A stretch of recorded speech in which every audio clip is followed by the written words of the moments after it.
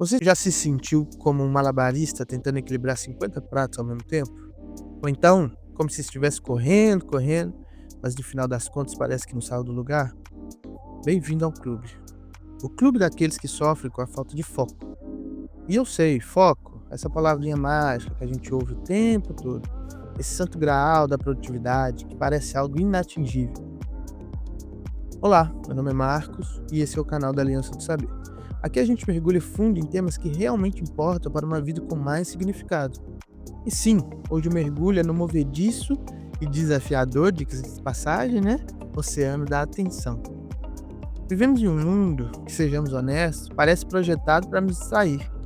Notificações, redes sociais, e-mails, a pressão para ser multitarefa, né?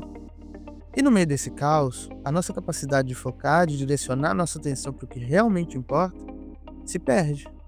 A nossa força de vontade, então, coitada, parece que evapora.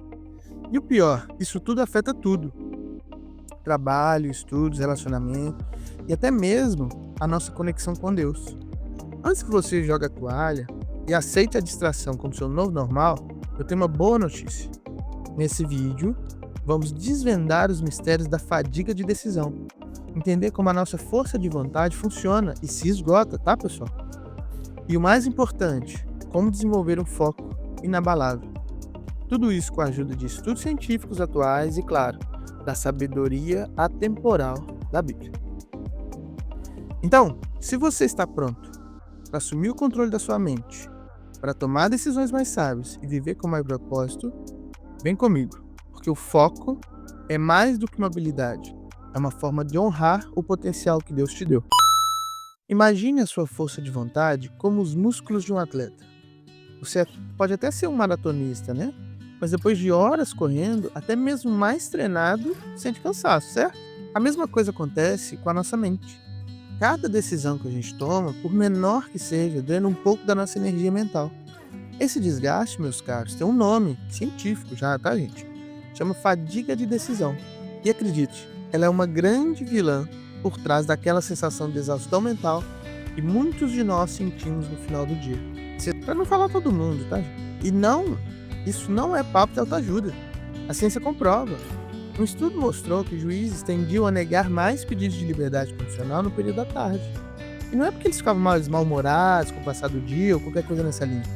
É simplesmente porque depois de horas de tomadas de decisão, a força de vontade deles estava esgotada. Outro estudo, dessa vez com médicos, mostrou que ao passar do dia os médicos estavam mais dispostos a prescrever remédios do que propriamente examinar e solicitar exames aos pacientes. Steve Jobs, o gênio por trás da Apple, era conhecido por usar sempre a mesma roupa. Ah, mas era falta de estilo, você pode pensar, né? Nada disso. Era estratégia. Ele sabia que cada decisão, até mesmo a de escolher uma roupa, consome energia. Ao simplificar essa parte da sua vida, ele liberava sua mente para as decisões que realmente importam. As da Apple, né? E convenhamos, deu certo. Agora, você pode estar se perguntando, o que a Bíblia tem a ver com isso? E a resposta é tudo. Por quê? Onde está o teu tesouro, aí estará também o teu coração. Mateus 6:21. Esse versículo mostra que aquilo em que colocamos nosso foco define nossas prioridades. E para ter um foco alinhado com o que realmente importa, a gente precisa entender que, segundo Daniel Goleman, o autor do best-seller Foco, é o mesmo autor do Inteligência Emocional, tá, pessoal? Que ficou famoso e tudo mais. Existem 3 tipos de atenção: a interna, a atenção ao outro e a externa. Vamos entender um pouco melhor sobre esses 3 tipos aqui. O foco interno é a nossa capacidade de introspecção, de olhar para dentro e entender nossos pensamentos e emoções. Em Provérbios 4:23 está escrito: sobretudo o que se deve guardar, guarda teu coração, porque dele procedem as fontes da vida. Ou seja, precisamos estar atentos ao que se passa em nosso interior. Vamos para o foco no outro. Aqui, a empatia, a capacidade de se colocar no lugar do outro, de entender as necessidades e sentimentos do outro, é o carro-chefe. É isso que manda. Amarás o teu próximo como a ti mesmo. Mateus 22:69, fala de Jesus, né? É um mandamento que resume a importância de cultivarmos esse tipo de foco. Agora vamos para o foco externo.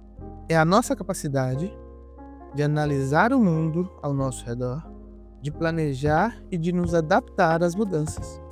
Mateus 6,22 nos lembra: os olhos são a candeia do corpo.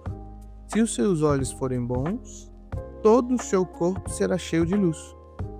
A gente precisa estar atento ao que acontece à nossa volta para tomarmos decisões sábias.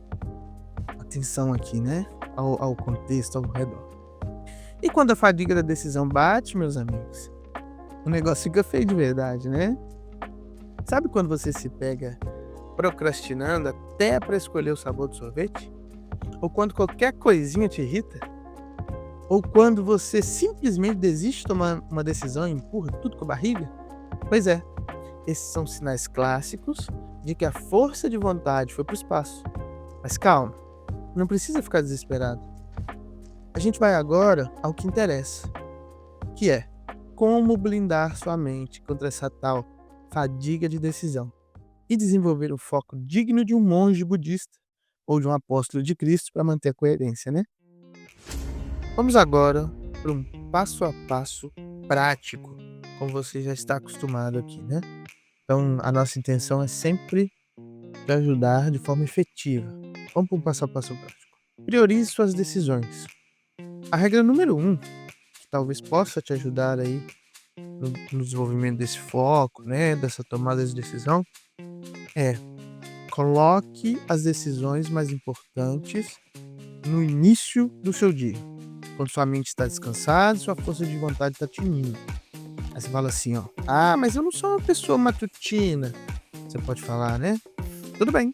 O importante é identificar que hora é o seu pico de energia mental e usá-lo ao seu favor. Mas não se engane, tá? Perceba, dê uma olhada para você mesmo. Porque tem muita gente que fala que é uma pessoa noturna, tem mais energia à noite e procrastina à noite, né? Então, eu particularmente pratico atividade física pela manhã, porque não tem negociata, né? Acordou é a primeira atividade. Se eu dormir bem, não tem como eu negar. Não tem como eu não ir. Então, e eu, assim como eu, tem muita gente que faz isso. Mas eu fazia sem saber que era por esse motivo, né? Então, na parte da manhã, eu ainda não tô cansado. Pô, fica muito mais fácil cumprir o que eu me comprometi a fazer, certo? Então, a conexão bíblica desse passo é: consagre ao Senhor tudo o que você faz e os seus planos serão bem-sucedidos.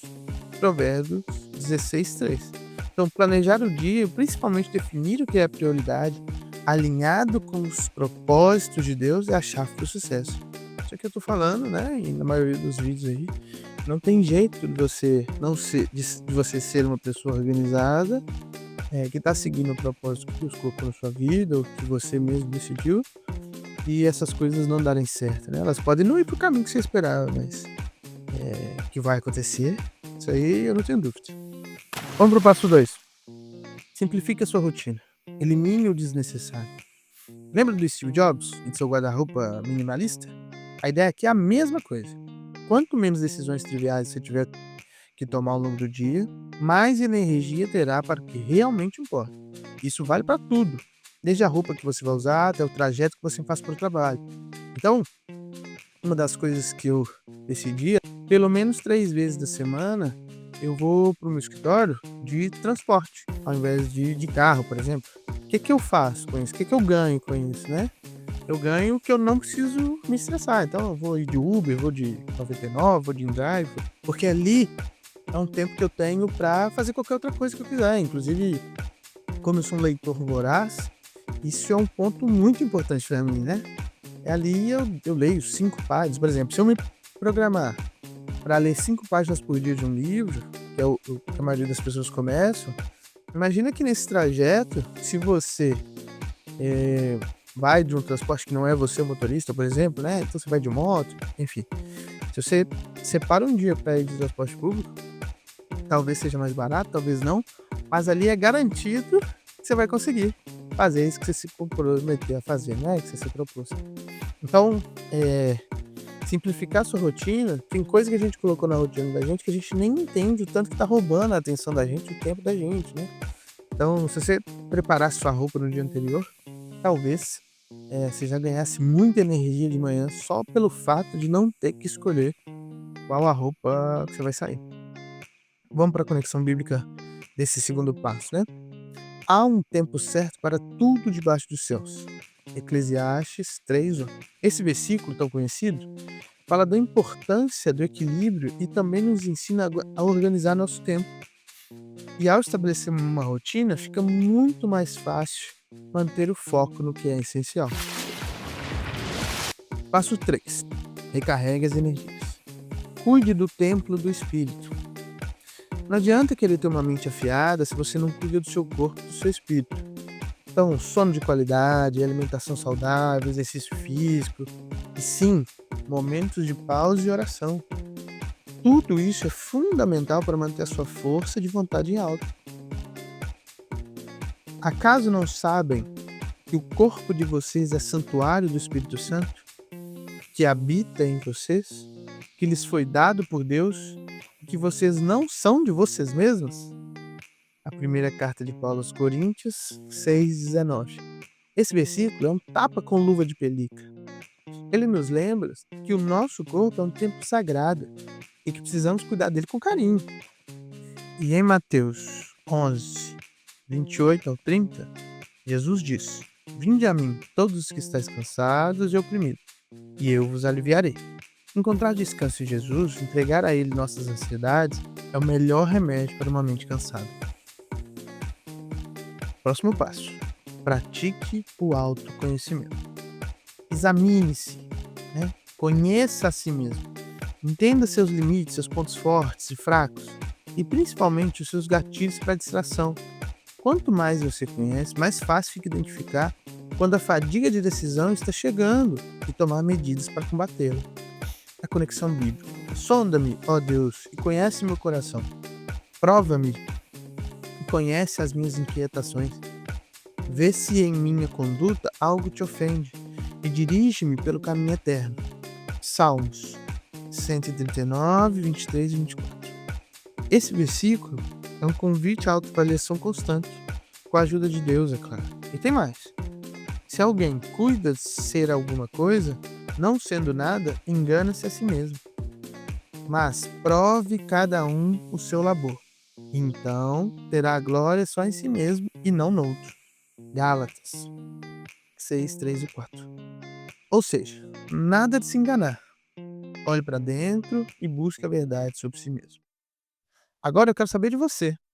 Qual desses 4 passos você vai começar a aplicar na sua vida a partir de hoje?